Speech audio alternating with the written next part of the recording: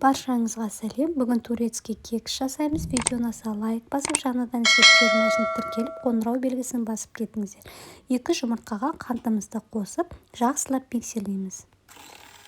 Толық құрамын видеоның астында жазып қалдырамын. Жылы сүт құямыз, сұйық май құямыз.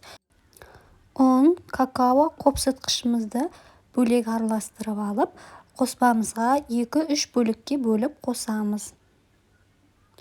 Жақсылап араластырып шығамыз. Формамызды майлап аламыз. Формамызды жақсылап майлаймыз.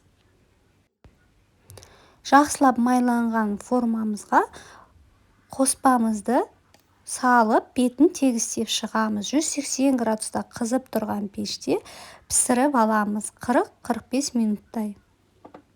Пирогымыз піскеннен кейін таяқшамен тесіп шығамыз.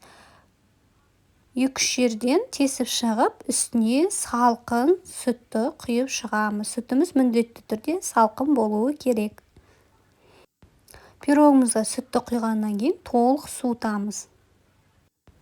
Пирогымыз суығанша бетіне кремін дайындаймыз. Жылы сүтке қант қосамыз, араластырып алып, кукурузный крахмал қосамыз.